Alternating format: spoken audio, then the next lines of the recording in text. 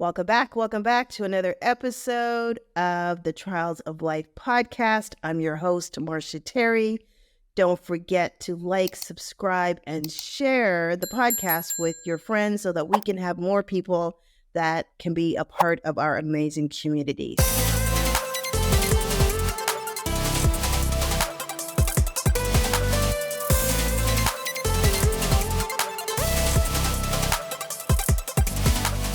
Thanks again for joining me today. I'm so excited to be here. Today, we're going to talk about the second part of the self-care framework. Last week, if you remember, or if you tuned into the last episode, we talked about what the C represents in the care framework. So you're going to have to go listen to that episode to find out what it's all about. Today, we're going to talk about A, which means adore. So today's episode is Adore, Discovering Self-Love. Now, I know that self-love is a buzzword out there, and there are so many people that think if I get a massage, if I get a pedicure, if I, get a manicure, that's self-love. That is me taking care of myself. Well, my friends, I'm here to tell you something else. Something a little bit that might blow your bubble. That's not quite it. That is really surface. I ain't judging you. If you like to get a massage, trust me, I do too. But adoration, self-adoration is a little bit deeper than a massage, a pedicure, those type of things, getting your hair cut. Now, there might be some of you who are saying, well, that sounds like really egotistical to talk about self-adoration. Well, what is self-love? What does that even mean? It is really learning how to completely be in love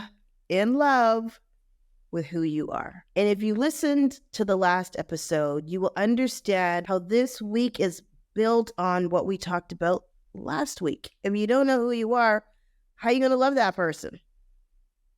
What is self-adoration? What is it? What does that even mean? Okay. So I believe that it is, first of all, understanding what are your strengths and your weaknesses, and coming to grips with what they are and not being all crazy because you're not Miss Perfection. My God, do you know how many people struggle with perfection? That is a whole conversation for another day, but I'm just going to talk about it just a little bit. Those of us who struggle to always be perfect, to always do things the right way, to always have our hair perfectly done, it can be exhausting to always be perfect. Now, in sometimes in our work that we do, you want to show up and you want to make sure that you present yourself properly, but you can't always be perfect. Okay? So it's okay to have strengths, but it's also okay to have weaknesses. Understand what they are and know that, you know what, you should, number one, be playing to your strengths and not to your weaknesses. But if you are weak, identifying how you can change those areas in your life. It's also, I believe, showing yourself self-compassion. There's something that I teach my clients when I'm talking to them, and it's very simple. I say, show yourself a little grace, give yourself some space, and pace yourself. Yeah. Show yourself a little grace, give yourself some space, and pace yourself. It's take a deep breath. It is okay. It is okay that you might be running a few minutes late to an event, or, you might be running a few minutes late to pick up your child after school. It's okay. It's okay that you haven't prepared dinner or the way that it needs to be prepared so that when everybody walks in, it's ready. And maybe I'm dating myself by saying that, but that's kind of what I do in my household because that's how I grew up. It's okay not to have the perfect presentation all the time. Even today, as I was getting ready to be on here, there are so many things that went crazy behind the scenes, but it's okay, right? So show yourself a little compassion. Be graceful, be kind to yourself. That person that I talked about last week, that sometimes she says really crazy, harsh things to yourself, you got to learn how to dismiss that voice and show yourself some compassion. What else is adoration or self-adoration? It is the ability to have mental and emotional stability. Now, let me go back to what I just talked about, because there's one thing I wanted to share, because my husband is actually, I believe, a perfect example of a person who embodies self-adoration. I promise you, every day he gets up, he is able to look in the mirror. He looks at himself. He literally loves himself every single day. He says to me every day, now, I'm one good-looking guy, ain't I? And I'm like, honey, you see yourself. I know I see you. Like, why are you saying this every day?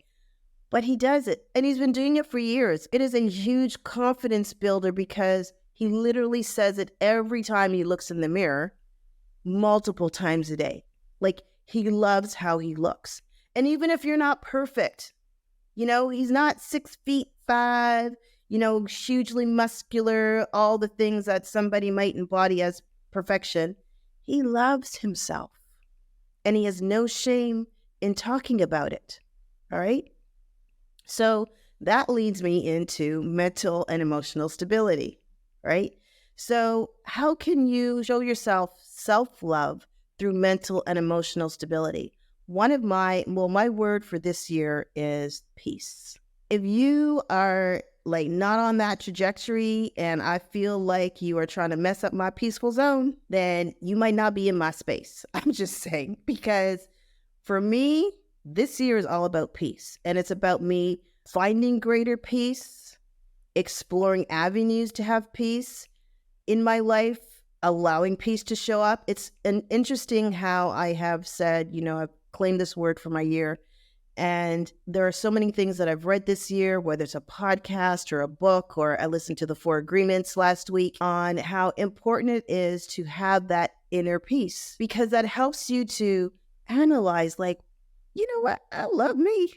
I am okay with who I am. I might be a little plump around the sides, might not have all the weight off that I think I need to have off, but I love me. I love me enough to make the changes, but I love who I am. I think sometimes you have to ask yourself, like, what stops you from loving yourself? What is it?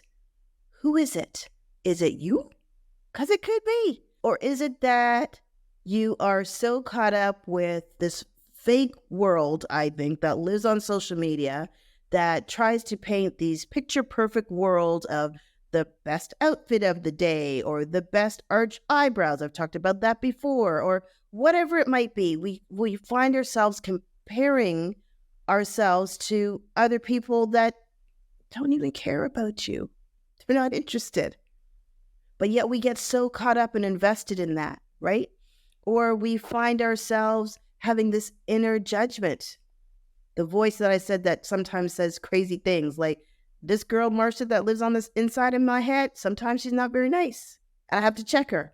So sometimes you got to check that inner voice, because that is not showing me self-love, right? Or it could be that outer judgment, people on the outside of you that judging you, or that you feel like you have to measure up to them. No, friends, no, it ain't about that. Self-love is about embodying who you are and having that mental and emotional stability to invite peace into your life, and to be okay with maybe not being so busy, right? Being okay with not always going out to the things, being okay with being silent and listening to your inner voice and developing a way to love on who you are. There's a statistic that I read, and I'll share in the show notes, that it said 1 in 10 Americans avoid looking at themselves in the mirror. Now, I read that and I was like, now, how are you going to get dressed and get ready for work or leave your house and you don't look in the mirror? I don't even understand it. Even if you don't like what you might wear, man, you got to look in your eyes and make sure you don't have no monkey tuck in your eyes, right? You got to make sure you don't have no sleep residual coming down your mouth. You got to look in the mirror.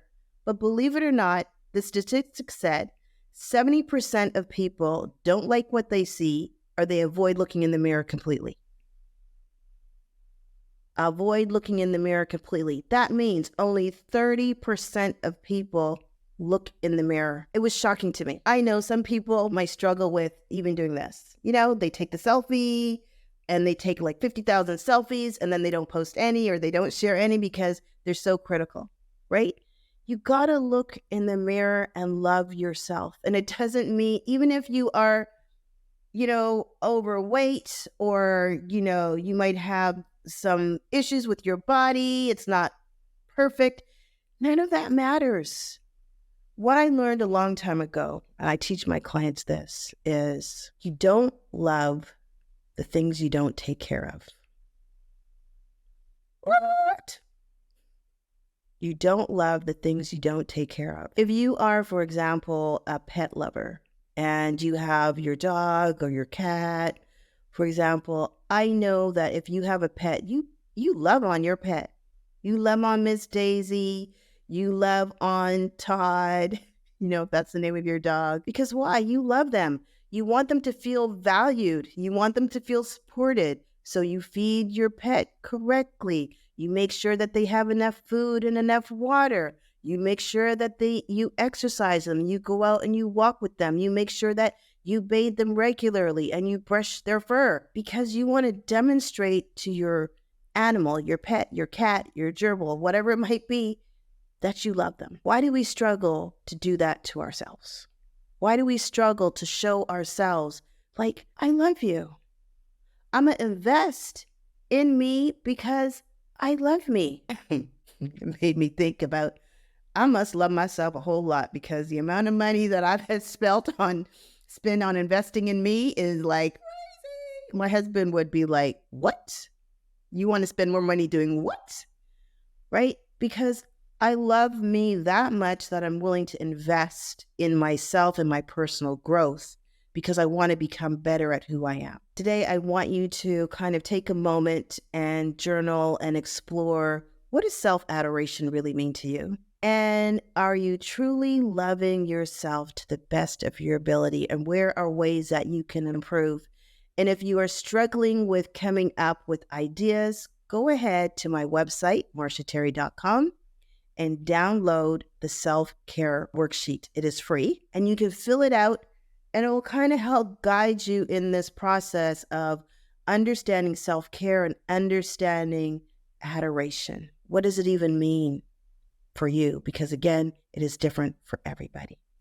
So again, thanks for being here on this episode of the Trials of Life podcast. This episode was called Adore, Discovering Self-Love. Go ahead and like and subscribe, and make sure you share this link with somebody else who you believe it will be of benefit, so that they can join our community. Have an amazing day, and I'll see you next time, where we will talk about the R in the self-care framework. Looking forward to sharing that with you. Take care. Till next time. Be well.